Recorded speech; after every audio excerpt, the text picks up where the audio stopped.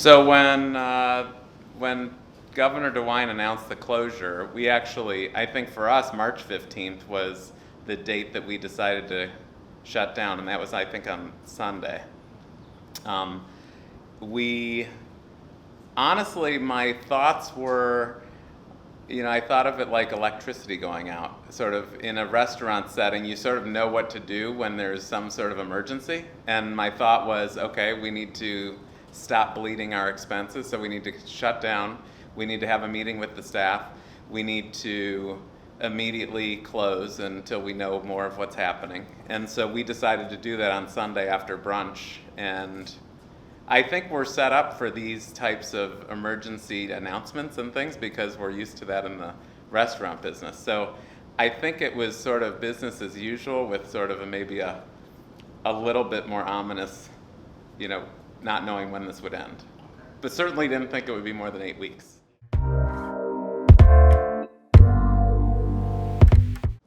When DeWine announced the opening of patios in May, I sort of went back to how he handled the initial shutdown, which I thought was magnificent, really. I thought he did an amazing job. And then when I we were waiting for this announcement and we were waiting for the information, and DeWine sort of came out and said, we're opening patios in 2 days or whatever it was, I felt like a total letdown because I think of the professionalism of our business and the food service industry, and we're managed by the health department and the state and the liquor department and all these people, and there wasn't one piece of literature that we could point to. There wasn't a call that we needed to make to the health department or the liquor department saying, we're ready to open, does someone want to come inspect our space? I just felt like it was not managed well, and it was more of a political decision in my mind than an actual safe decision.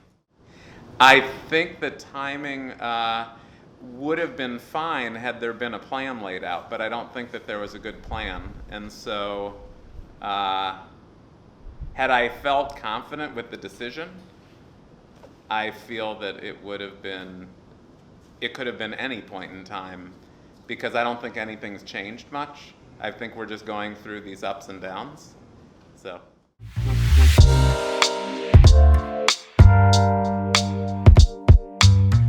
So reopening guidelines, I feel in a similar case, I don't think that there was much discussion, or the people who were on the team to sort of come up with these plans didn't seem to put too much thought into it. And what the problem I see as an operator is you want to open with safety. You're always thinking safety when you're in the restaurant business. You're thinking of food safety. You're thinking of, customer safety, all different things, emergencies. And I feel that there should have been a much more structured announcement. It should have said very clearly, this is how you open, this is the number you call to the health department to tell them you want to. Someone's going to come inspect, or you're going to send them all of the data and the things that you need in order to reopen. I just felt there wasn't a system in place to really do it, and I think, again, it was a political decision. Or if it wasn't, I have no idea how they came about that decision, because now we're in sort of a mixture and mess of what's appropriate and what isn't.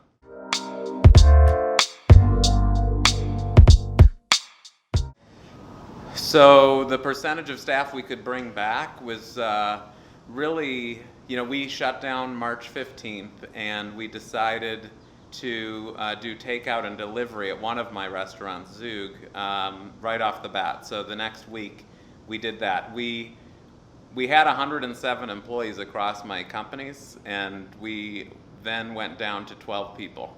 And we managed with those 12 people through April, through May, and then we launched a new concept in June called Chimi, which is a South American concept out of my diner, and we were able to bring in an extra 4 to 5 people. So that's what we're running with currently, and we're only doing takeout and delivery. We aren't open as a restaurant currently in any of my locations. I would say that the potential of bringing back the remaining staff is 0%, and I would say bringing back much more than 10% more would be 20% possibility, and that would be probably as high as I would go. If we open another concept, which we're talking about doing out of my diner, we may bring back another 4 people. Other than that, we won't do anything till next April, or until there's a vaccine.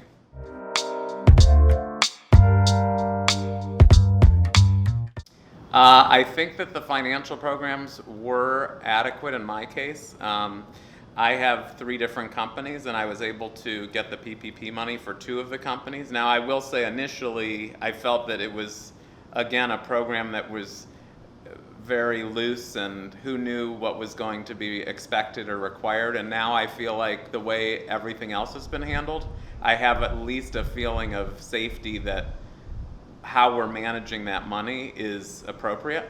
And so I feel at this point that the money we got for 2 of my LLCs, we are going to be able to use that for payroll in the 24-week period, and maybe 90 to 95% of it will be forgiven, if not 100%. So I feel good about those programs and how they've helped me. But again, I've been closed. I only have 12 to 15 employees. If somehow they use that employment number and it affects me negatively, I'll end up having a 1% loan that didn't help me at all. So, but I'm hoping for the best in this case, that we'll be able to have a lot of it forgiven.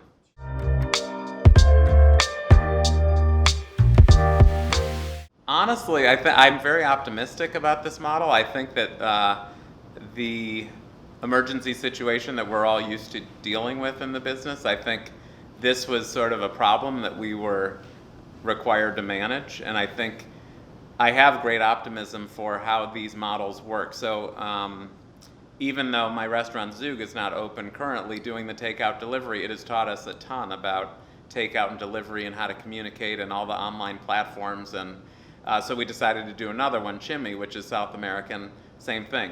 And we're thinking of doing another one too, an Indian concept, in the same way. So I love that I'm learning new ways to run our business. It's certainly, it's about 20% level in terms of where our business was. But with a lot of these, maybe we'll be able to see some gradual improvement in the revenue.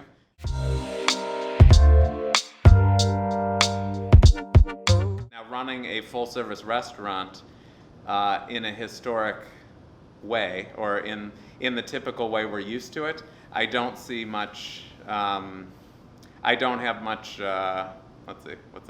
I don't have much. What's the word? Excitement or what? Optimism? Yeah, I don't have much optimism in the traditional restaurant that we used to have at Fire.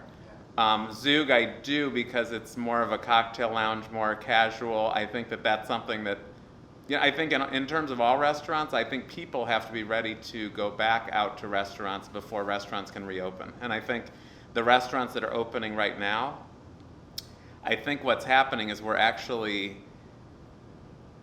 introducing a concept to the customer that isn't necessarily the most enjoyable or the one that they're looking for. And I think that's problematic in our business, because when we do actually hopefully reopen and we have the vaccine, I feel like people will look at those experiences and they won't want to repeat them in those spaces. And so we're holding out until the end, or at least until we normalize to a point, and then we want to open our dining room or dining rooms, with excitement and because that people want to go out to enjoy themselves, and I feel like you can't do that during this time completely.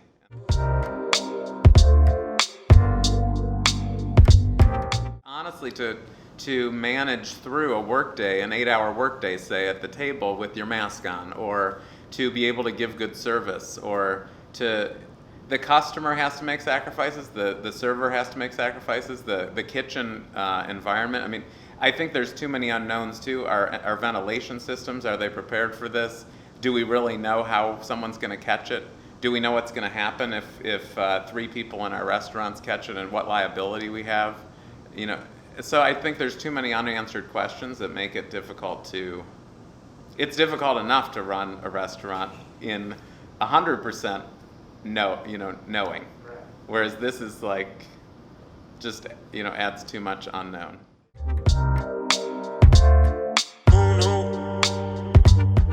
What I need the guests to understand is that we need to make decisions for our businesses at this point that are best for our businesses. It doesn't mean it's always going to be best for the customer.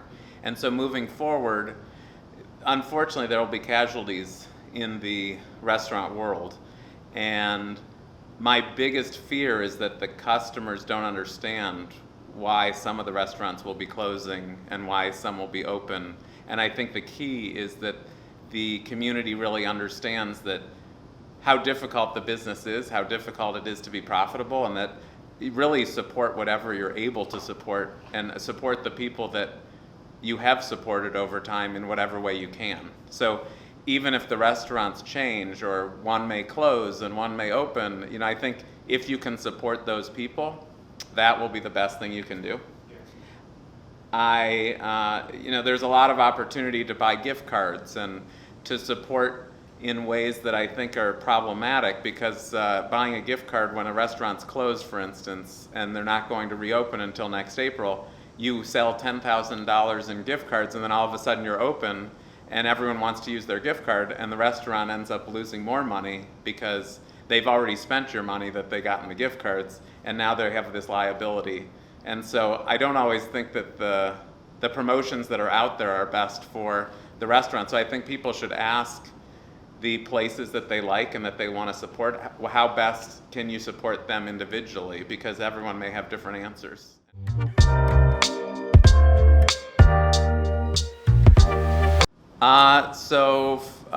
When patio season ends for my business, because I chose not to reopen any of my businesses during this time, I think it doesn't change anything for me. It actually may help our current business model because we're doing takeout and delivery. So I think as the winter hits, and who knows if this pandemic, if it gets worse in October, November, or if the flu affects it. So I think we're in a good position through the spring. I think people who have reopened, who sort of looked at short-term decisions and decided, okay, I'm going to do this and I'm going to do this, and they didn't really think what would happen when it got cold. They're already open. It'll be hard to just shut down all of a sudden unless you lay people off again. Or if you don't lay people off, you're going to lose money very quickly, and you'll realize that you may have to close your business permanently, or at least for 6 months. So I think there's a lot of problems with the startup and the shutdown and the patio season starting and the patio season ending, and rain is a problem on patios typically. We've been very lucky this summer, so I think we've gotten used to the fact that people can sit on a patio. But when fall hits and maybe we see rain, maybe we see snow, and there's sporadic days and you ordered all this food, and one day this week you can sit on the patio and 6 days you can't, and the next week every day's sunny and everyone wants and you didn't order enough food. I think there's too many inconsistencies that create problems for the fall.